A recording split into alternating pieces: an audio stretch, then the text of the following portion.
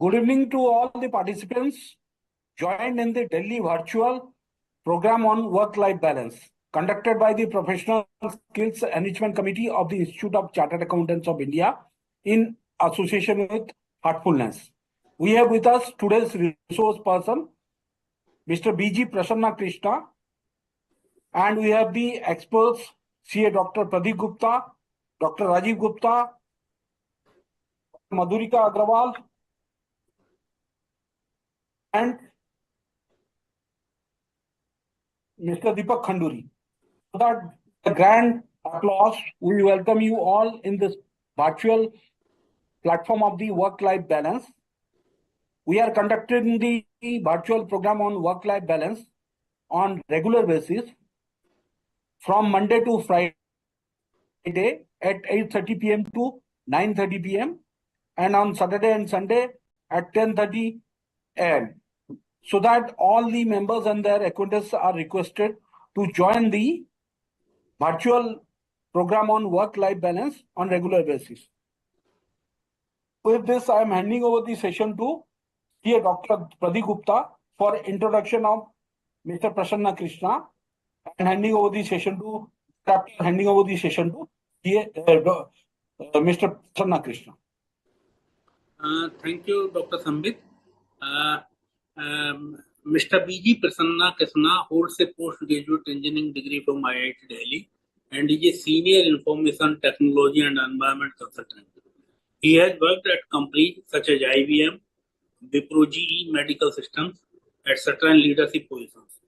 He has also held executive level positions in two medium-sized IT companies and was heading their India operations.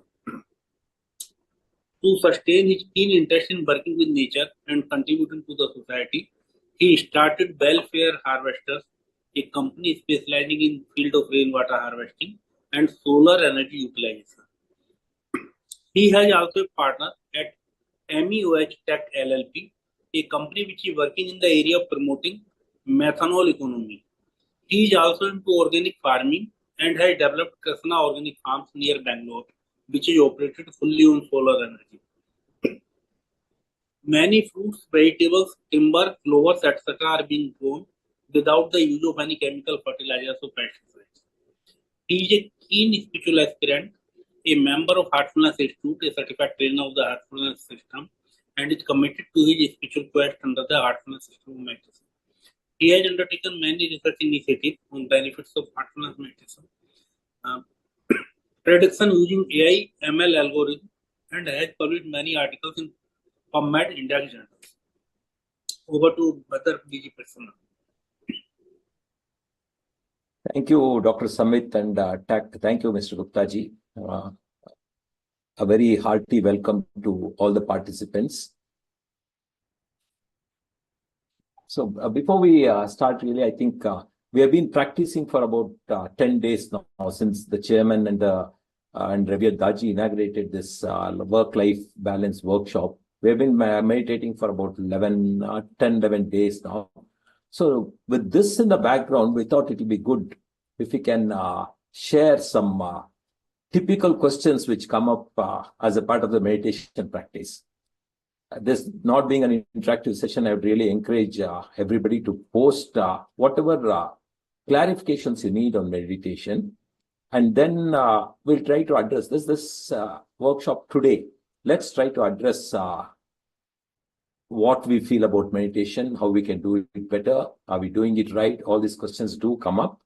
And many of the seekers who started this invariably keep asking us questions. So what I'll try to do now is I've listed down the questions in the subsequent slides. Why should I meditate? And things like problems during meditation, etc. So we'll try to address these questions today so that all of us can meditate better. So to start off, there'll be a slight change in the session today because there could be one or two people who are new and who have started attending this session from the past 2-3 days. So what we'll do is probably have the meditation session first and then move on to question and answer. So that people who have the first time experience today or the past 2-3 days can also post their questions on YouTube, and the host or the technical support team can in turn put it on the chats here. Hope that is fine by all. So let us, okay, will Dr. Samit, is it okay if we do the meditation and then address this, or do you want me to take this up now? Only you just do the question and answers. Okay. So, like I suggested, what we'll do is probably look at doing a meditation first today, and then subsequently move on to the question answer sessions, which is quite exhaustive. I think we'll take up questions one by one. So, if everybody is ready, we can start the meditation session right away. I'll just explain in brief for the sake of newcomers how we go about doing this meditation. Sit comfortably, keep your eyes closed, and bring your attention to your heart. We'll talk about what this heart is later on in the FAQ in some detail, but bring your attention to the heart area. Do not try to concentrate. Do not try to force your mind there. Very purposefully, very sincerely wait for the light in the heart, or the source of the light in the heart, to appear. So it's a very passive process where we don't do anything, but just wait. But wait with a lot of restlessness, wait with a lot of purposefulness, saying there is something in me which I need to understand. What is that something, etc.? We'll take it up later also. But let's right now start saying that there is something in my heart, something which has put that thing in my heart, that light or the source of the light. So we meditate saying that I want to experience you. That should be my true self, because what I am outwardly, many times all of us know it's not the true self. There's something more to us than just what we appear as a person. So let's meditate on that light in the heart, the source of the light in the heart. There'll be a lot of distractions in terms of thoughts.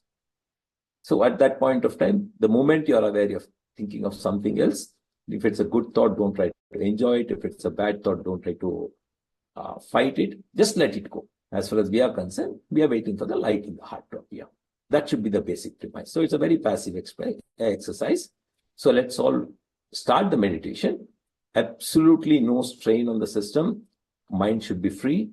The only thing we are supposed to do is, the moment you are aware you're thinking of something else, very gently bring your attention back to your heart.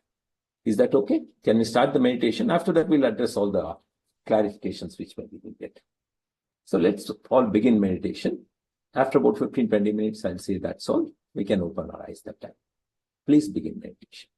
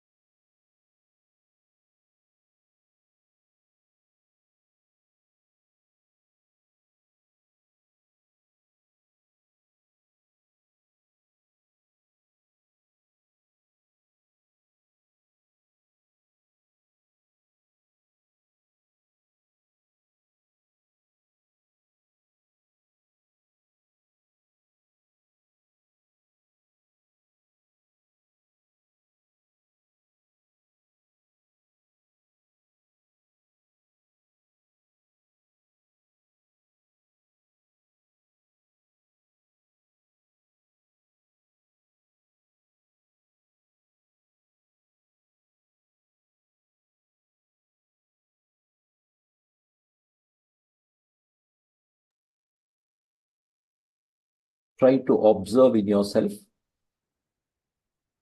how you're feeling, what is the state of your mind. Spend some time on it. It's important to spend some time on observing ourselves, what the effect of this meditation was. Spend 1 or 2 minutes on this, and then you can gently open your eyes whenever you think you're ready. It's important for us to find this distinction of how were we before and how are we after this 20-minute exercise of meditation.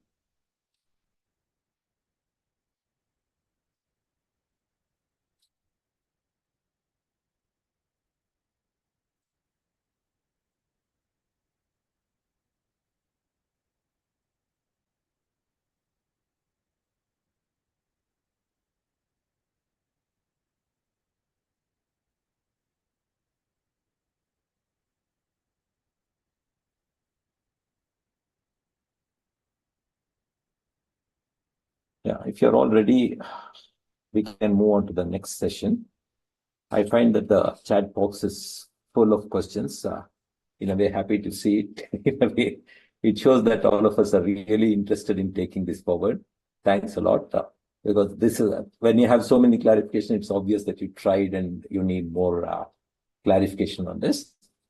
But what I'll do is I made a list of things which I thought was important based on my 35 years experience with the heartfulness meditation, and after having trained more than probably 5,000, 6,000 people on how to meditate, I'd made a list. We'll come back to these questions. Maybe one session today may not be enough.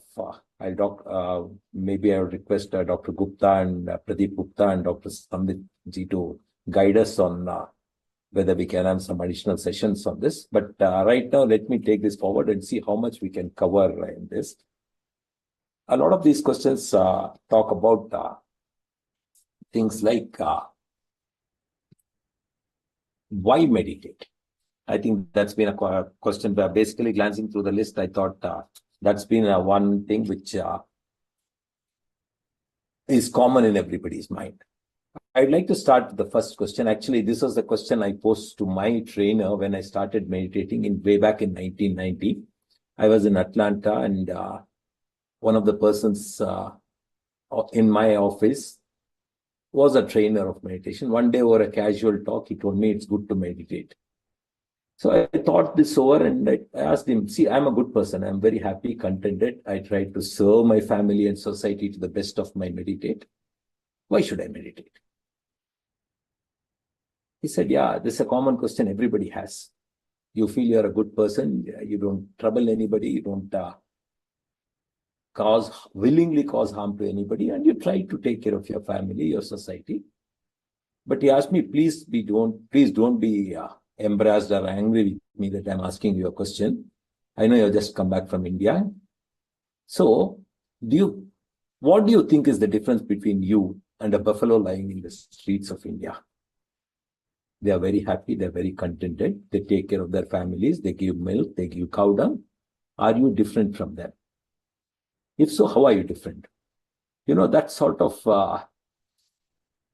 set me thinking, saying, yeah, what is the difference? Is there a difference? So is being good enough as a human being, or is there something more to our lives than just being good, happy, contented, etc.?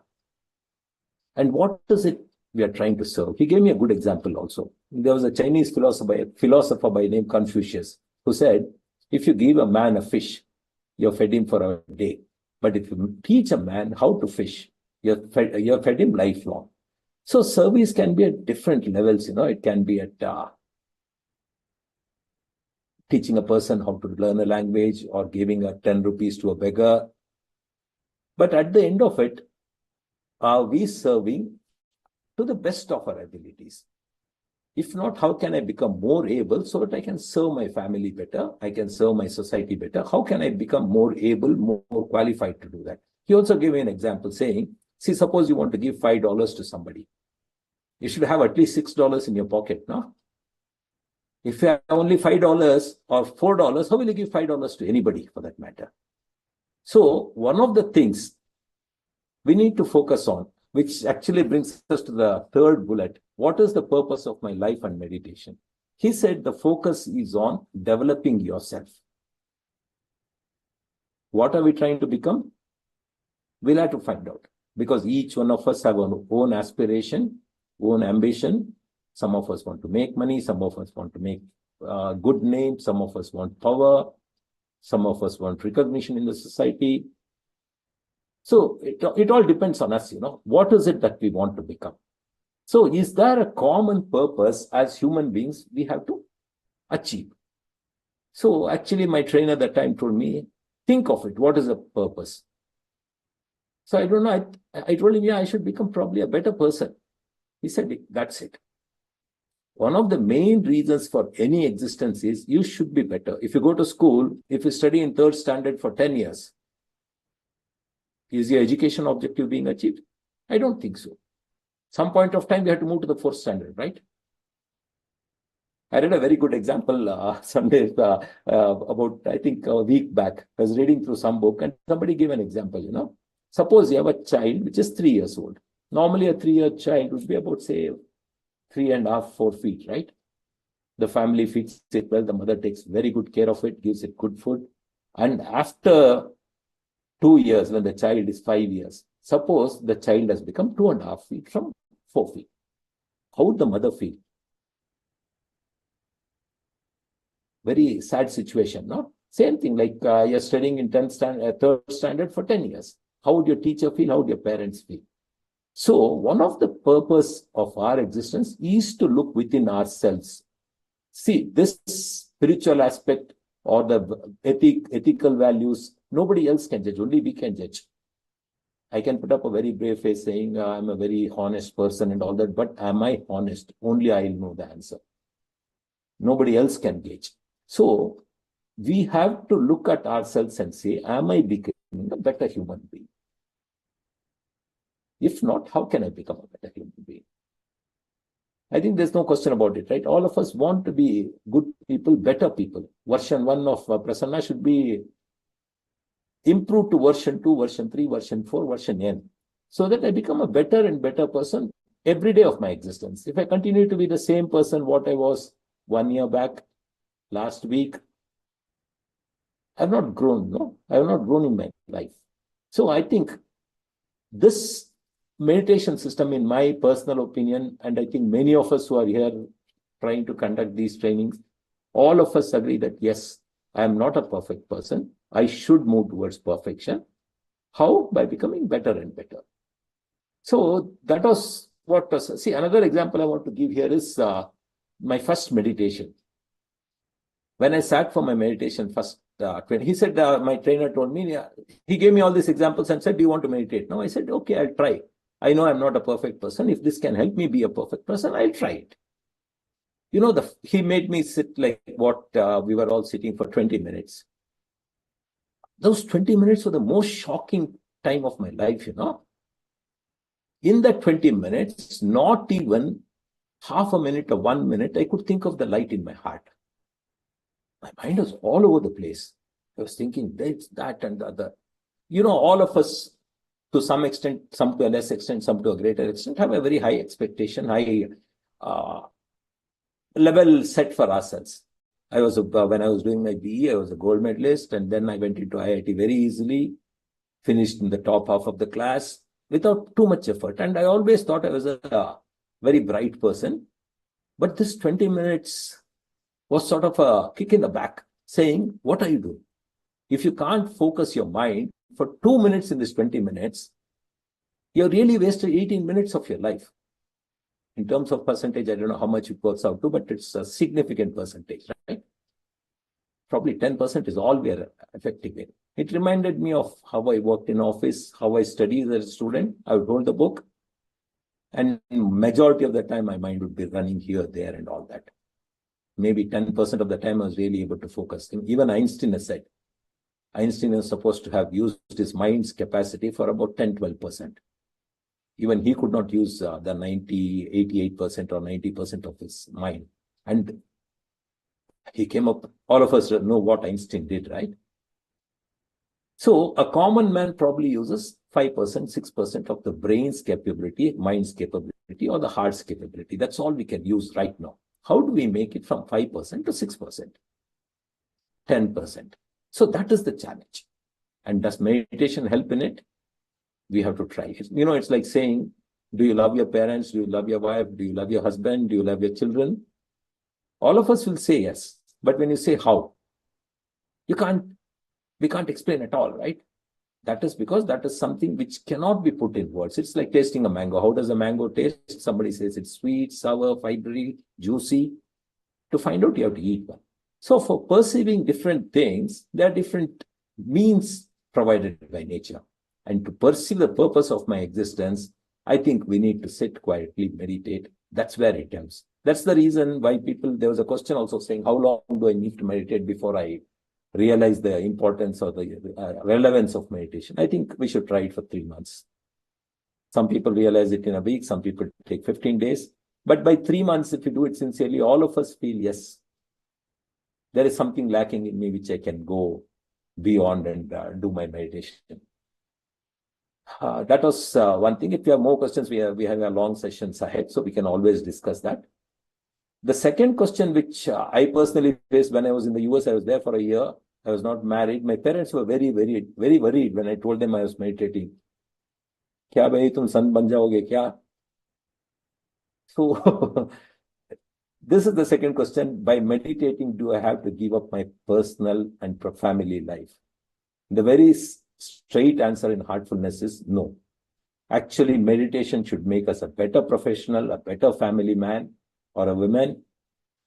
Because when we say we want to become a better person, we have to become better in all aspects of our existence. It could be family life, it could be professional life, it could be a spiritual life.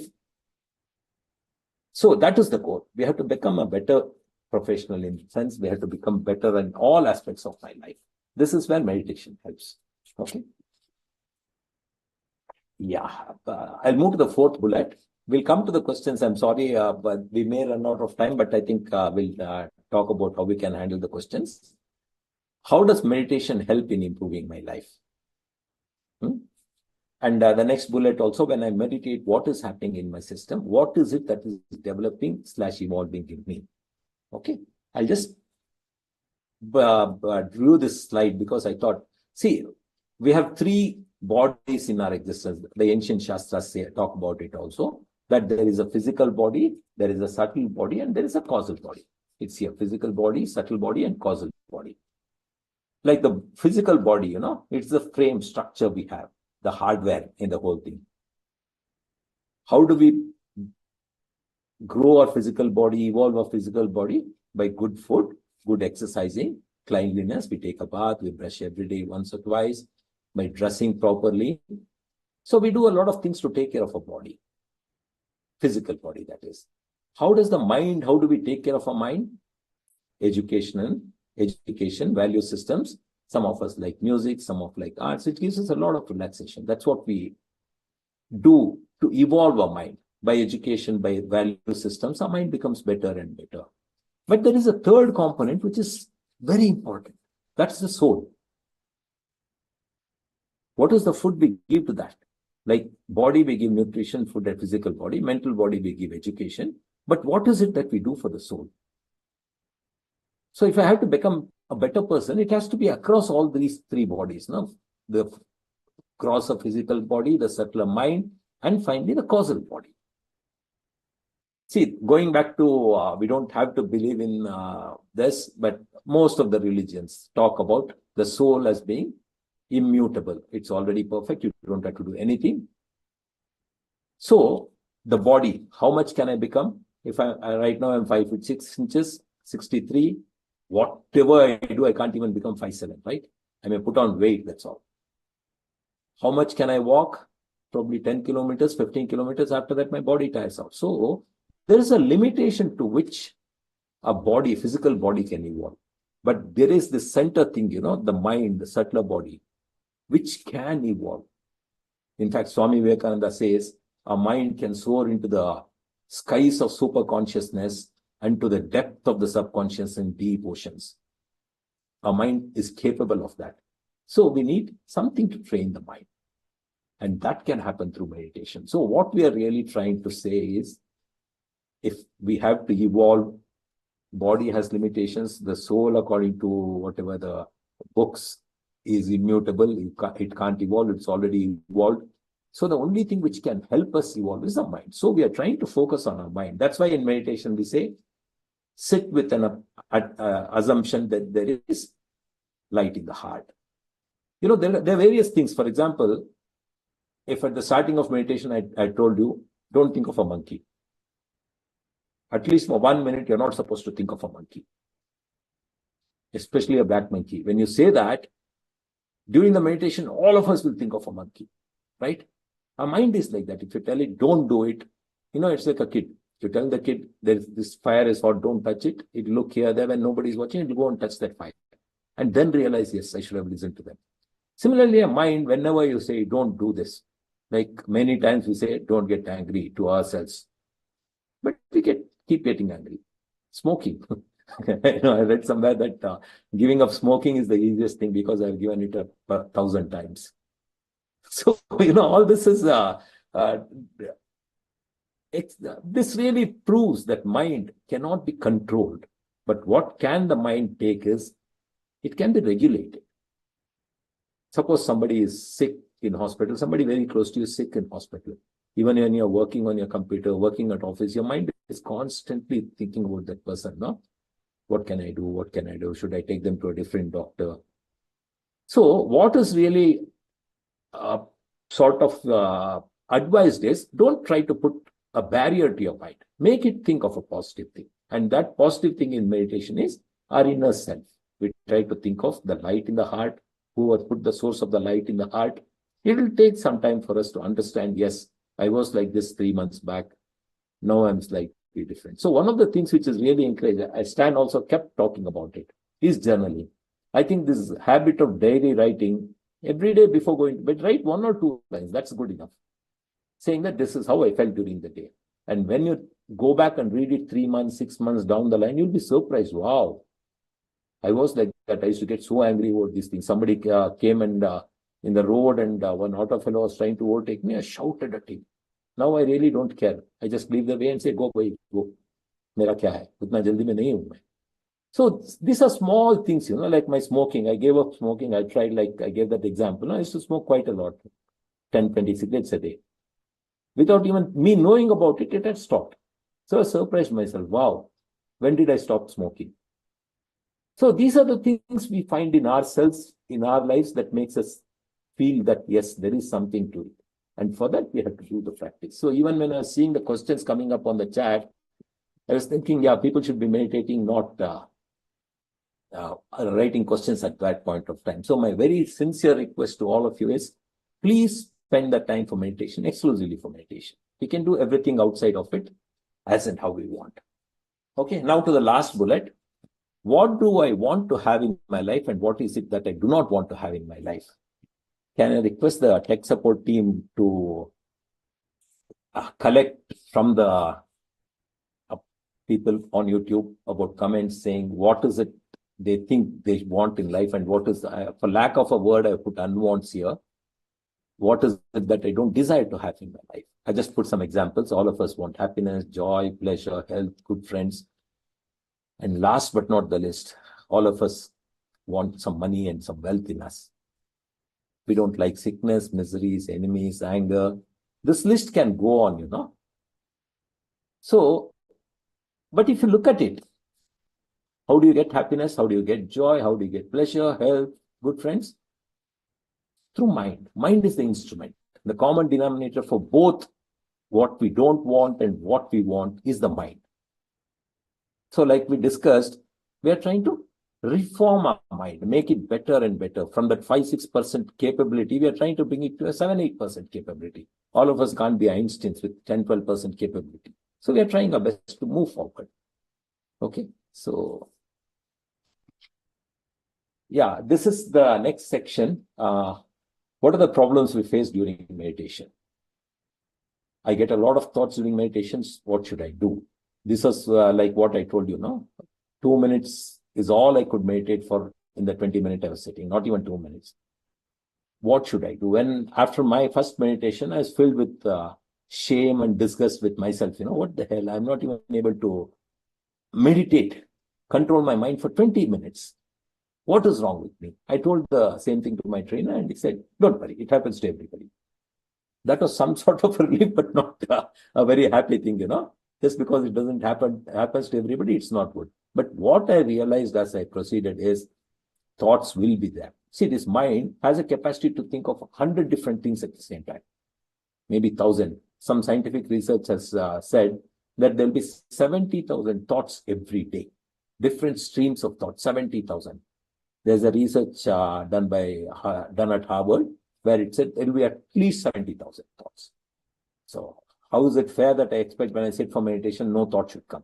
What we should learn to do is, of all the thoughts, there should be one thought saying there is something in me which makes me a human being. I want to experience it. I want to make that evolve so that I become a better human being. So ignore every other thought. Don't pay it any attention. Be it a good thought, be it a bad thought. It's not my consideration. It's like waiting for a bus. You're waiting for a bus on the road. You see a car going by, you see an auto going by, you see somebody going cycling, somebody walking. Your mind registers all that. But your mind is always attentive as bus number 375 come. The moment bus number 375 comes, you get bored of the bus now. What are you doing while you're standing in the bus stand? You're seeing a lot of cars going, scooters going. Somebody is talking on the phone. You talk to somebody on the phone. If there's some elderly person trying to cross the road, you hold their hand and make them cross the road. But you never lose your single-pointed attention to that I'm waiting for the bus. So similarly in meditation, ignore all thoughts. They have nothing to do with us. As far as I'm concerned, I'm meditating. So in case there is a rush of thoughts, it's okay. Where is it coming from? It's coming from inside. We are throwing out all the garbage within us, outside. And how did it go in?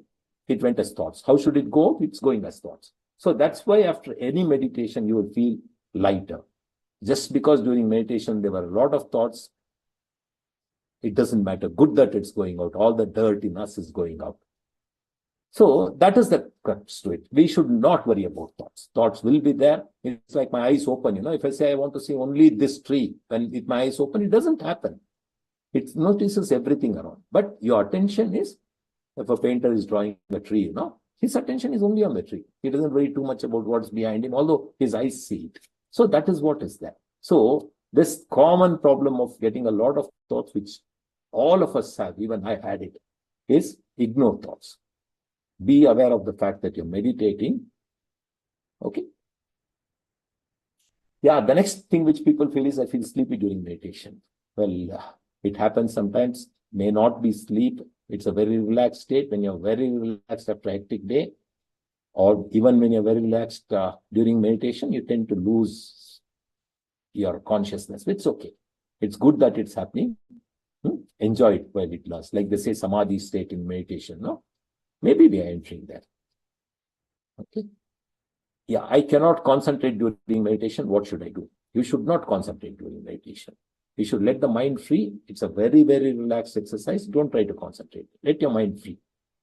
But always remind it that you're looking at something in the heart. I cannot see the light. What should I do? Don't worry about that. You're not supposed to see the light. You're supposed to see your own self. There were a couple of questions on the chat box about self-realization and all that. We are trying to become more and more realized of the self. So it's okay. Light is only a placeholder. It's not the final goal. The light is a placeholder. So don't worry about it. Like, you need not see the light, but more importantly, note down the experiences you have. Okay. The next thing is I become restless and find it difficult to sit for a whole session. It does happen in the initial days. So if you're feeling so restless, change your posture. If it's physical discomfort or if it's too many thoughts, you can open your eyes also for a couple of minutes and then go back to meditation. It's okay. All of us feel restless some point of time. The other thing which happens is when I sit alone at home, I find it difficult to meditate, but I'm able to do it in a group like this or with a trainer. See, because heartfulness, there is a unique thing which I think Dr. Pradeep Gupta mentioned, saying that there is something called transmission. So when you sit with a trainer, you find that you're able to meditate better. What is this transmission? How does it help? We have to find out ourselves. It's like tasting a mango. Unless you experience it. We have done many research. I've published a lot of papers also on how transmission helps better. We can only measure the effects of transmission. We have taken EEG signals. Dr. Pradeep Gupta is very aware of it. We did it for many institutes. So we did work with AIMS, we worked with NIMHANS, where we took EEG signals and found that the brain waves which give us the delta waves, which are low frequency wave, which is achieved during sleep time. While the gamma waves is when your mind is at the peak of thinking. We found that the delta waves are very prominent during meditation. That's what gives a sleepy feeling many times. And transmission is a key to it. So this speciality of heartfulness called transmission is what is making it happen. Similarly, many people complain about physical discomfort, headache during meditation. Physical discomfort happens because we are not used to sitting like this. So change your posture. And headache is something which happens when you try to force your mind, concentrate. Don't try to force your mind. Don't try to concentrate. Leave your mind free. So if you get a headache during meditation, be sure that you're trying to force your mind. So, and there was also a question on the chat box. Is it necessary to fix a place, a posture and time for meditation? It'll be good. It's not like they say, sufficient, necessary and sufficient condition. No, it's a necessary condition. It's not sufficient. It's not the only thing which matters. It'll be good if you can sit in the same place, same posture every time and meditate. So I think that's the list of questions I had, but I know the chat box has a lot of this thing. We'll discuss with Dr. Sambit and Dr. Pradeep Gupta to see how we can address it. Maybe we can have 1 or 2 sessions, or there can be multiple sessions, or we can have every Monday of week to address questions like this. So hope that is fine. Dr. Sambit, Dr. Gupta ji, any thoughts on that before we end the session?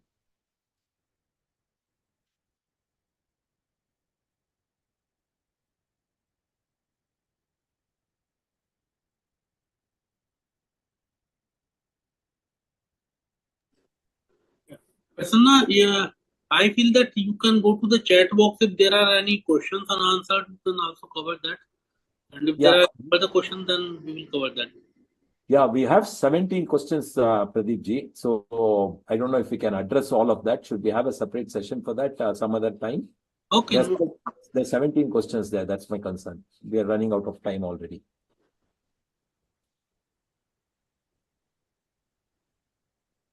So I'll go if you want me to continue the session, but it's late for everybody. That's my only concern. We can have one more session on this if you think it's needed. आप बताइए sir जो भी करना है हम करेंगे. You can take it tomorrow then. Not an issue. Okay. Can I request the tech support team to note down this and put it up as a document or something? Because I'll not be able to copy this. Zoom does not let us copy these questions. Is it okay? Can the tech support team help us with this?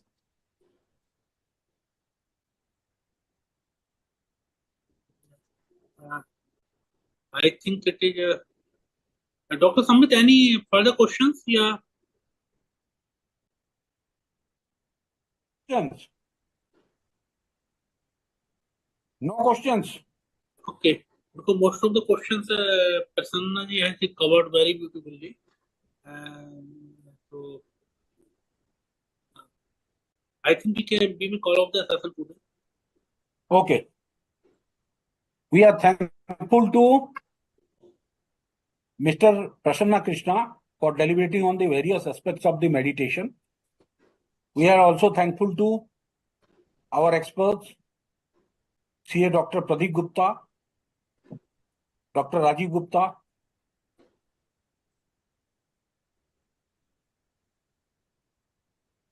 so that we are thankful to all others who are present during this session. We are also thankful to each and every participant joined in the virtual program on work-life balance. Please note that virtual program on work-life balance is conducted from Monday to Friday at 8:30 p.m. and on Saturday and Sunday at 10:30 a.m. So once again, we are requesting you all to join this program. Last but not least, we are thankful to the today's resource person, Mr. B.G. Prasanna Krishna, for deliberating on that one is various aspects of our meditation and its all other things around the meditation. With this, we conclude the today's session. Thank you to all.